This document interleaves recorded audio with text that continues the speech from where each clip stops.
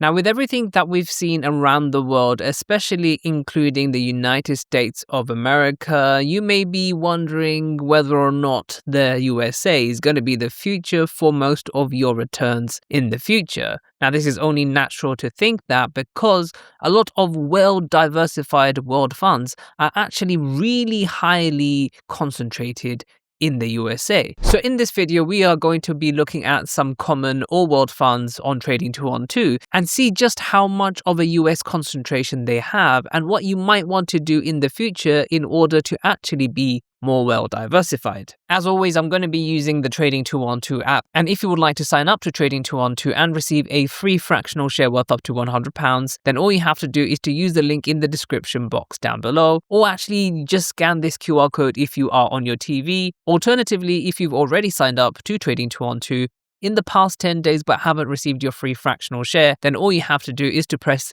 the 3 horizontal line menu over here. Then scroll all the way down until you see the section use promo code. And in this section, just use the code JUBAIR and you should receive a free fractional share. So on Trading 212, all we're going to do is to go into the search menu. And over here, let's just type in world. This might not be the only search term you can put in to get some global funds, but it will give us the majority of the popular ones. Now, the first most popular one is the Vanguard FTSE All-World. The accumulating or distributing version, they will be pretty much invested into the same thing. Now, as you can see, the past year performance has been really good. Now, a year ago, the stock markets were declining, so that's why it seems a bit higher maybe. But generally speaking, this all-world fund has done really well. But going forward, the question remains, is the US really going to be the superpower that it has been over the past few decades? Now, in terms of GDP, we can see that there are other countries that are coming close to America in terms of its productivity and things like that. And with how many extracurricular activities the US is taking on across the world, the questions do mount to whether or not the US can actually afford all this. Now, if you want to check out your US allocation on these all-world funds, then all you do is scroll all the way down and then go into fund allocation. Bear in mind, with some ETFs, there actually might not be a fund allocation. If that's the case, just take the ticker code, for example, VWRP, and put it into Google, and then you can find more details like that. So let's go into fund allocation. So here you can see the top 10 holdings, sectors and countries. So let's just go into countries. You can see this fund here, the VWRP, is very heavily weighted towards the United States of America. And as you know, in order to be a good long-term investor, you should have consistency, but you should also have good diversification in terms of sectors and region. But with the fund so heavily weighted towards the US, is this a future-proof ETF? So 62.2% USA weighted is pretty high, but I have actually seen higher on other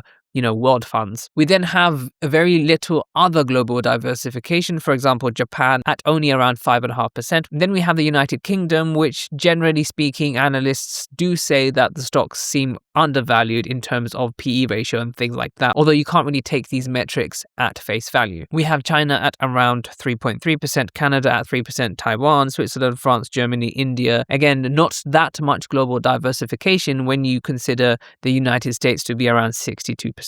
And again, I'd like to see more of a diversification in terms of some emerging markets. I wouldn't want to be heavily weighted towards emerging markets because, of course, there is a lot of volatility in those markets. Anyway, let's go back and see some other funds here. You can see the second one is the Vanguard FTSE All-World High Dividend Yield. It's essentially an all-world fund focusing on higher dividend yield stocks. Again, the past performance has been pretty decent. You can see the annualized performance. Again, I would never really take past performance as an indication of, what to expect in the future. But you can see over the past 5 years, the annualized performance has been over 10%, which has been really good. Now, in terms of country diversification, you can see this has a much lower weighting towards the USA, for example, less than 40%. And then you have Japan at nearly 10%. You have a much higher weighting towards the UK, Switzerland, Canada, France. Although there is an other section with around 20%, it doesn't seem like a huge weighting towards emerging markets, which does make sense because this fund, focuses on high dividend yield companies, and it wouldn't really invest into companies that may have high dividend yields. But again, if the stability is not there, it won't be a good addition to this fund. So should should you just invest into this fund here? Again, this is completely going to be your choice. I wouldn't personally invest into this fund because it just focuses on high dividend yield payers. Personally, I wouldn't invest into a company just because of its dividends. So this would be a no for me. But if that is what you like, then absolutely go with it. You do have more of a global diversification with this fund compared to something like the VWRP. Then we have the All-World fund that is gaining in popularity. This is the Invesco FTSE All-World, ticker code FWRG. You can see again, past performance has been really good with these all-world funds. And although Trading 212 doesn't have the extra statistics here, we can actually just go into Google and type in FWRG. So when you type it into Google, you will get the graph from Google Finance. Just scroll on. There's a lot of different platforms that you can actually see the metrics of the FWRG. I like using the website Just ETF. This is not sponsored or anything. It just is consistent in its data giving. You can see the total expense ratio is 0.15%. But more importantly, let's go into holdings here and then scroll down to see where it says countries. Now, this is a global fund that has actually a lower weighting towards the United States compared to most other global funds that I've seen. You can see the US is only at 57%. I say only very generously, it is still more than half of the weighting of the entire fund. Now, you may decide this is still too much weighting towards the US for you, but you have to bear in mind that the US is still the largest economy in the world. And over the past few decades, it has been the provider of a lot of growth. Again, past performance is not something we can take and then guess what's going to be happening in the next few decades. So with a much lower weighting towards the US, we have Japan at around 5.2%, the UK at around 3%, China, France, Canada, Germany, Switzerland. Seems like all developed nations. Yes, technically China can be an emerging market, but honestly it is the second biggest economy in the entire world. Remember that it's not only region diversification you'd want for the long term, but also sector diversification. Now, with a majority weighting towards the US, it's no surprise that it is still quite technology heavy at over a quarter, so 26.2% towards technology. Again, tech actually might be higher because you can actually group tech with things like financial sometimes, but also telecommunications, so ICT. So everything added, there will be around a third of a weighting towards tech, which is fair enough if technology is currently what is providing most of the growth around the world, because of course, the internet and technology is pretty new, and if that's what is currently required to facilitate the growth of these products and services around the world, then so be it. But as a long-term investor, you can't really bank on just one sector being the provider of all your gains, over several decades. Now, like I said before, if you just type in world, you're not going to get all of the world funds. For example, the iShares Core MSCI World. You might have to be scrolling for a long time before that appears, but let's go into that. So this is a global fund from iShares that allows UK investors to invest with their pence and pounds. You can see decent performance over the past year. Again, this is not a video in which we're going to be comparing the performance of different all-world funds, but you can see over the past 5 years, the annualized performance has been well over 10%, which is pretty decent. This is not going to surprise me then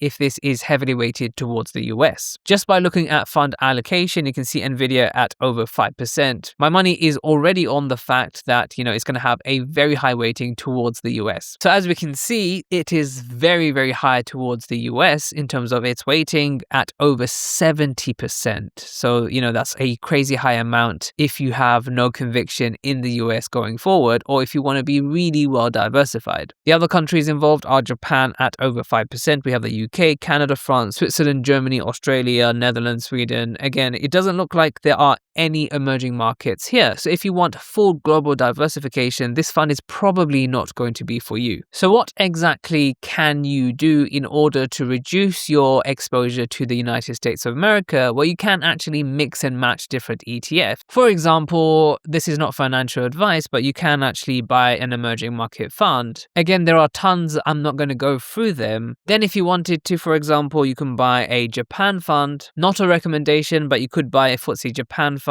Then if you want more or less exposure towards, Europe, you could buy a European fund. Then if you wanted more or less exposure towards Europe, you could always buy a Europe fund. And on Trading 212, what you can do is you can open a pie. So if I just go here and press create a pie, I can then just press add instruments. So over here, let's say we want to buy a Japan fund. Obviously, do your own research. I'm just showing you this really quickly. Let's add a Japan fund here. And then we can find a European fund, for example, that. We can change the filter to ETFs and then actually find our Europe fund. We can even find an emerging market fund. Again, I'm just showing Vanguard funds because they are at the top, but it doesn't necessarily mean I'd invest into Vanguard funds. And then we could buy an S&P 500 fund. So now in this pie, we can see we have 4 different funds. You can add and mix and match however you want. If you want more or less exposure towards the US, you can reduce that. If you want more exposure towards emerging markets, you can do that. If you want more towards Japan or Europe, you could change that. But of course, it has to add up to 100. Trading 212 allows you to do this automatically, make it up to 100. Just press confirm here. And now, as you can see, if you're happy with those ratios, you can actually keep it like that. Or if you want to change it, you can do that. Just make sure it does add up to 100. If you're having difficulty, just press this button over here